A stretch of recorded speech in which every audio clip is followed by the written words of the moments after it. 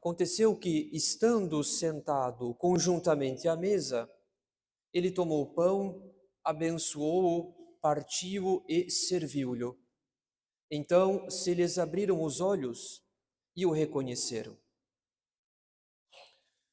No Evangelho de São Lucas, na cena do encontro de Nosso Senhor com os discípulos de Emaús, nós temos uma imagem muito viva dos efeitos da Eucaristia na alma do comungante e, de modo particular, da relação entre a Eucaristia e a virtude da fé. Em primeiro lugar, o Evangelho relata que Jesus Cristo ressuscitado apareceu a dois discípulos que caminhavam em direção a Emaús. Os discípulos estavam tristes, desolados com a condenação do Salvador ao suplício da cruz. E por causa disso, não reconheceram Nosso Senhor no caminho. Como diz o Evangelho, os olhos estavam-lhes como que vendados e não o reconheceram.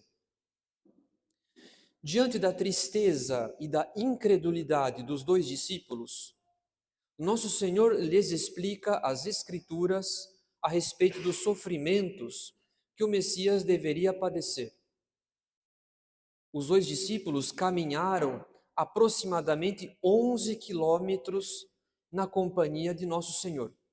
Ou seja, eles conversaram e ouviram o Salvador durante aproximadamente 2 horas. Talvez mais, talvez menos. É tempo suficiente para uma verdadeira aula sobre a Sagrada Escritura. É tempo suficiente para se dissipar toda a inquietação sobre o mistério da paixão. Mas o que lhes aconteceu durante o percurso?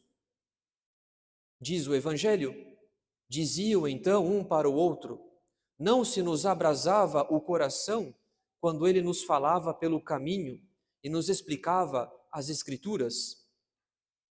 Em outras palavras, caros fiéis, eles se sentiram consolados com as palavras de Nosso Senhor, porém, ainda assim, não o reconheceram.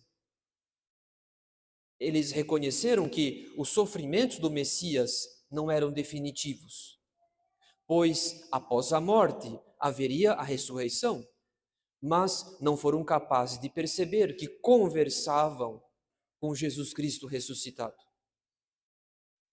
Não obstante, quando Nosso Senhor se sentou à mesa com eles, tomou o pão, benzeu-o, partiu-o e lhes distribuiu, nesse momento, eles finalmente reconheceram o Salvador, como diz o Evangelho. Então se lhes abriram os olhos e o reconheceram. É a partir desse momento que eles retornaram a Jerusalém, a fim de contar o que lhes tinha acontecido aos apóstolos e como o tinham reconhecido quando ele lhes tinha partido o pão. A partir desse episódio do Evangelho, a primeira lição que podemos extrair é a diferença entre a fé viva e a fé morta, entre a fé perfeita e a fé imperfeita. Nós sabemos, caros fiéis, que a fé é aquela virtude pela qual a nossa inteligência adere às verdades reveladas por Deus. As verdades reveladas são, na sua maioria, verdades sobrenaturais, ou seja, verdades que não podemos ver, verdades que não podemos provar pela luz da razão. Diante das verdades reveladas, a inteligência humana falha.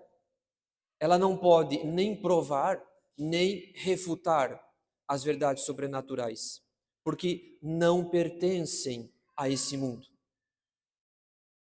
Por esse motivo que Deus mesmo vem ao socorro do homem, infundindo em nossa alma, no sacramento do batismo, uma virtude que nos torna capazes de aderir às verdades reveladas.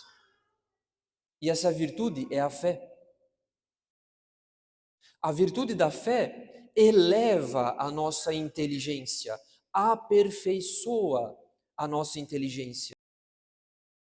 Assim como a luz ilumina o ar e nos permite ver o mundo que nos cerca, do mesmo modo, caros fiéis, a virtude da fé é uma luz que eleva o nosso intelecto, que o aperfeiçoa com uma perfeição sobrenatural, para que ele seja capaz de crer com firmeza, sem hesitar nem duvidar.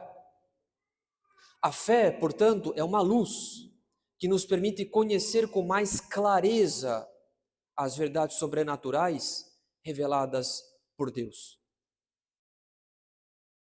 Não obstante, ainda que a fé seja uma luz, ela pode ser uma virtude viva ou morta em nossa alma. Dizemos que a fé é viva quando uma alma se encontra em estado de graça, ou seja, Deus mesmo mora e vive nessa alma. Nesse caso, essa alma realiza aquilo que diz São Paulo na Epístola aos Romanos: Caritas Dei diffusa est in cordibus nostris per Spiritum Sanctum cuidatus est nobis. Ou seja, a caridade de Deus está derramada, difusa esta, derramada em nossos corações pelo Espírito Santo que nos foi dado. Isso significa, caros fiéis, que a fé é viva quando ela pode nos conduzir à vida eterna, porque a alma se encontra em estado de graça, o Espírito Santo habita essa alma, fé e caridade estão unidas, e assim as obras dessa alma são meritórias, isto é, são dignas de uma recompensa eterna. Por outro lado, dizemos que a fé é morta quando uma alma não se encontra em estado de graça. Ou seja, Deus não mora nem vive nessa alma. Nesse caso, essa alma realiza a triste sentença de São Tiago quando ele diz: a fé sem obras é morta. Isso significa, caros fiéis, que quando fé e caridade estão separadas, a fé é morta, a fé é estéril, a fé não é capaz de fazer obras meritórias, falta a caridade, falta a habitação do Espírito Santo para conferir valor sobrenatural às obras.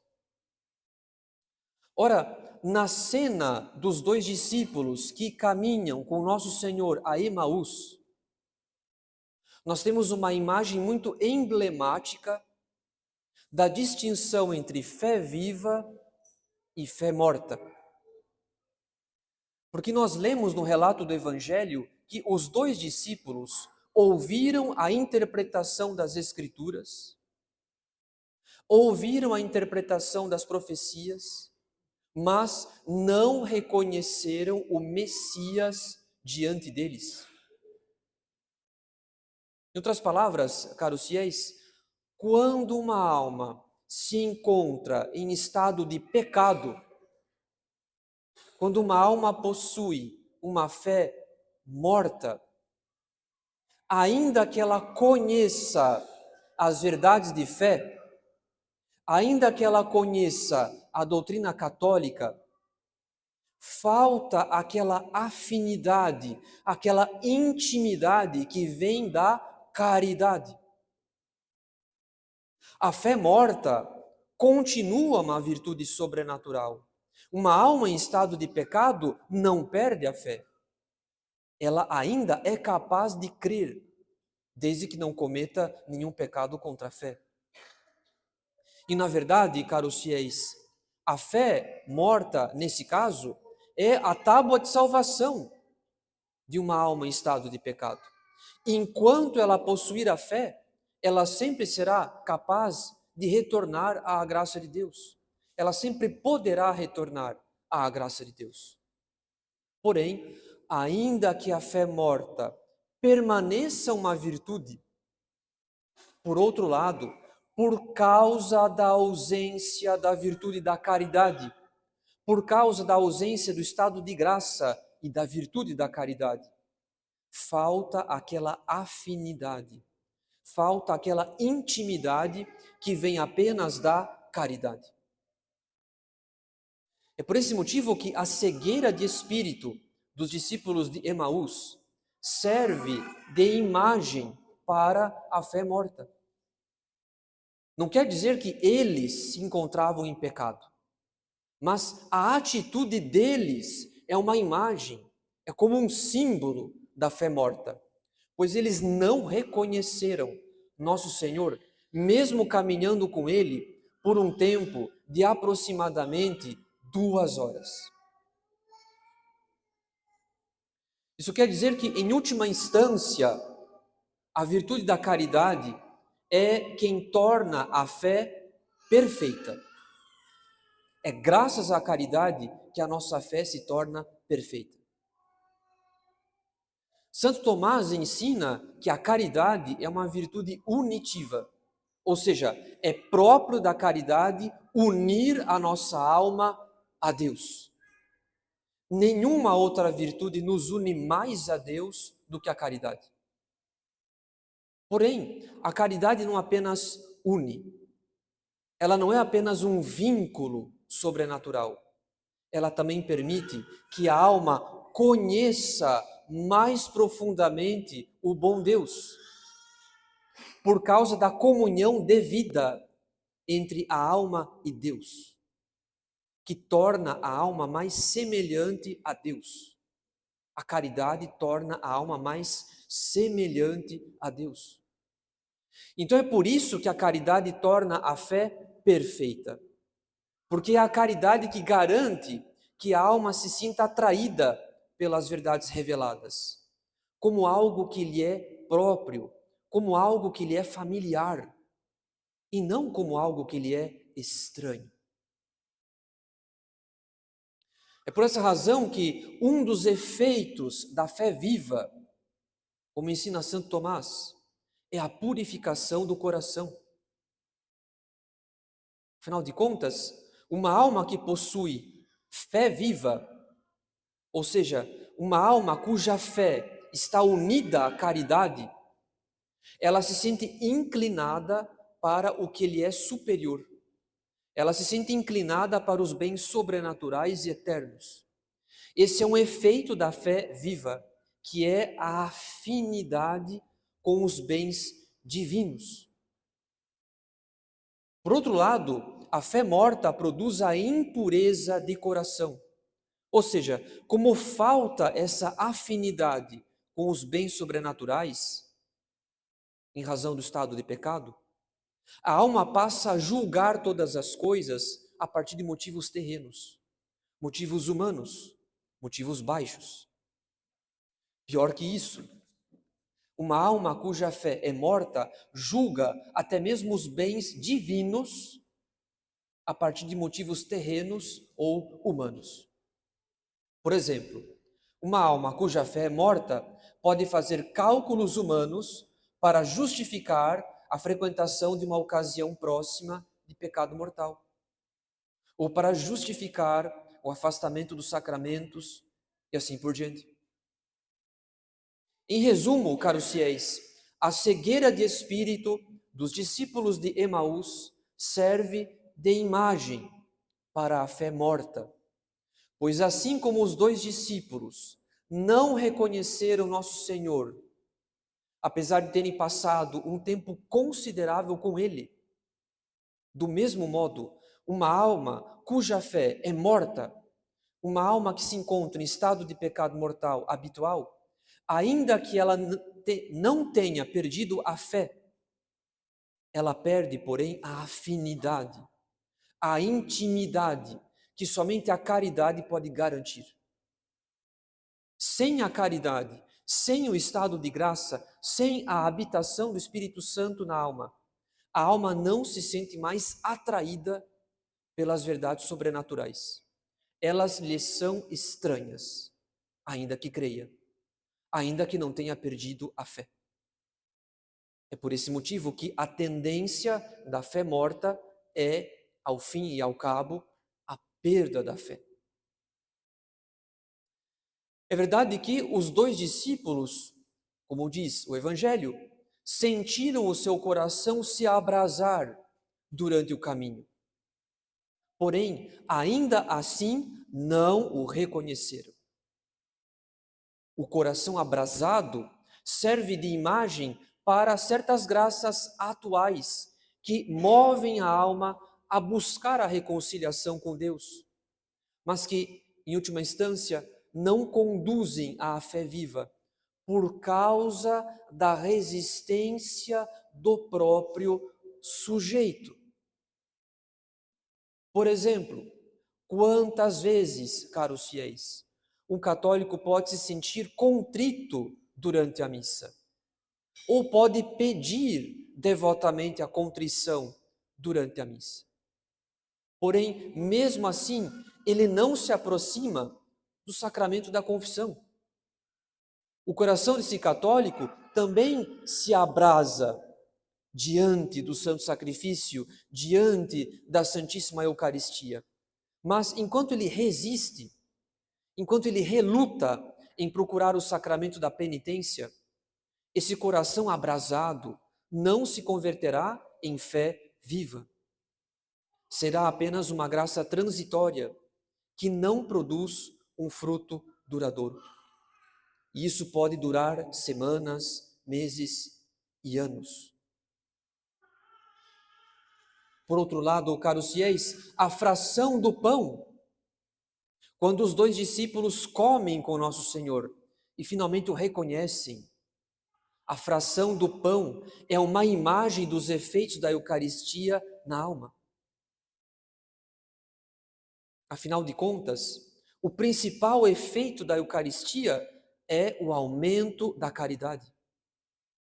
A Eucaristia foi instituída sob a forma de um alimento, e por isso mesmo, à semelhança de um alimento, ela nutre a nossa alma, ela aumenta a vida divina em nós, ela nos assimila a nosso Senhor, estreitando a união da caridade, aumentando a caridade na nossa alma. Isso quer dizer que a cena do reconhecimento de Jesus Cristo ressuscitado durante a fração do pão é uma imagem, é como um símbolo da fé viva, porque é próprio da caridade produzir essa atração, essa afinidade, essa intimidade com as verdades de fé. A caridade torna a nossa alma semelhante a Deus. Pela caridade, nós entramos numa verdadeira amizade com Deus que habita a nossa alma. E por isso mesmo sentimos uma maior atração, uma maior afinidade, uma maior intimidade com as verdades de fé. Isso significa que a Eucaristia alimenta o conhecimento afetivo de Deus. Aquele conhecimento que nasce da amizade. Aquele conhecimento que nasce da presença, do convívio. Porque a caridade, como já sabemos, cria uma semelhança entre a nossa alma e Deus. E por isso, as verdades sobrenaturais nos parecem mais próximas, mais familiares e não estranhas. Em outras palavras, a caridade cria uma atração, uma inclinação que robustece a fé. Porque a alma, em certo sentido, experimenta aquilo que crê, vive aquilo que crê. Em resumo, caros fiéis, a fé faz a nossa inteligência tocar as verdades divinas. A fé nos faz conhecer as verdades divinas. mas a caridade nos faz reconhecer, nos faz experimentar, em certo sentido, as verdades que cremos. Como diz o salmista, provai e vede como o Senhor é bom. A fé nos faz conhecer, a caridade nos faz reconhecer.